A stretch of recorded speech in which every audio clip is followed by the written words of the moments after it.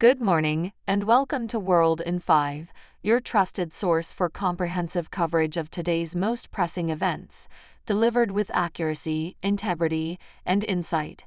The G7 has agreed to leverage frozen Russian assets to generate $50 billion, £39 billion for Ukraine, aiding its defense against Russian forces.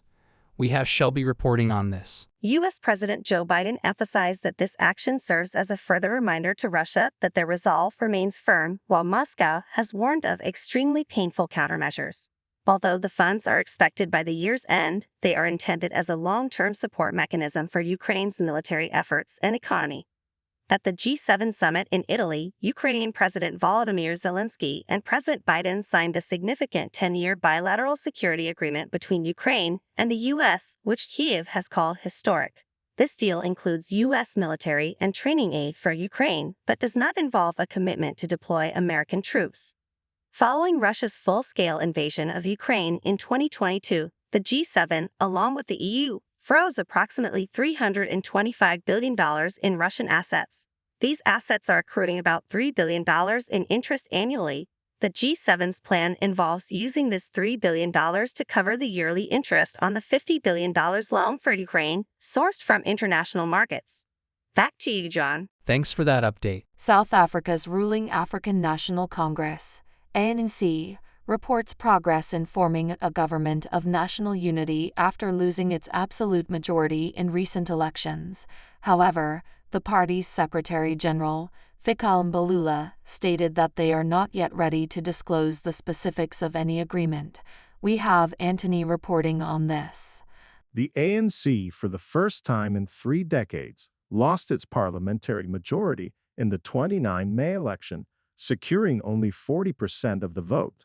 Consequently, it needs support from other parties for President Cyril Ramaphosa to stay in office.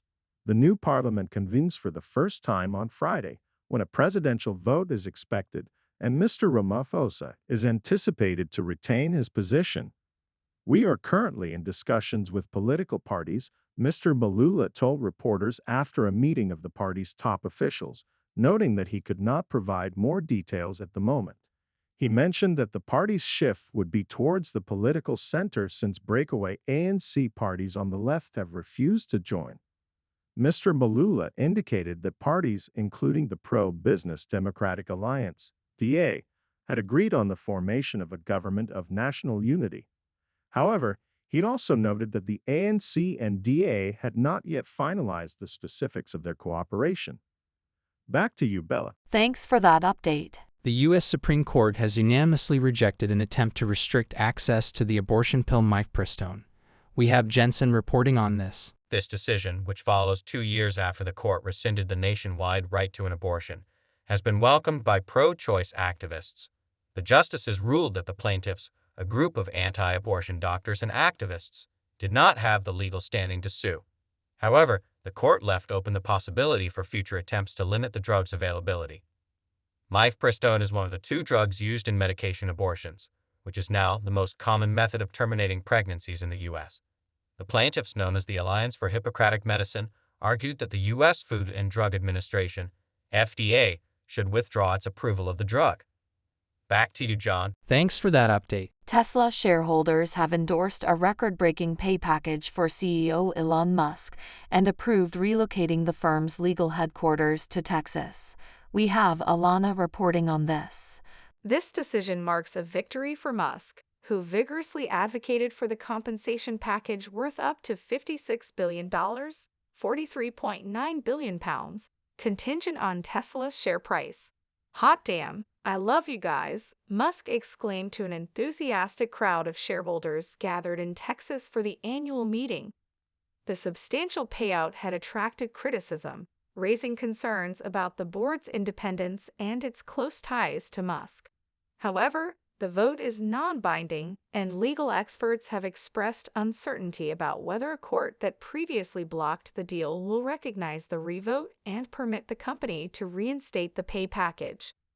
"The vote changes nothing," stated Matthew Shapiro, a managing partner at law firm Obermeyer Rebman Maxwell and Hippel. It only offers Tesla opportunities to try to use the vote to obtain a better decision going forward, he added. Musk announced plans to move Tesla's legal headquarters to Texas following a judge in Delaware, where Tesla is currently incorporated, nullifying his pay package in favor of a small investor who sued over the deal. This legal battle highlighted concerns about Musk's leadership at a time when Tesla's share price has declined from its peak, and its dominance in the electric car market is under pressure. Back to you, Bella. Thanks for that update. Thanks for tuning in to World in 5 for your daily dose of news and updates. Don't forget to hit that subscribe button and turn on notifications so you never miss out on breaking stories and insightful analysis.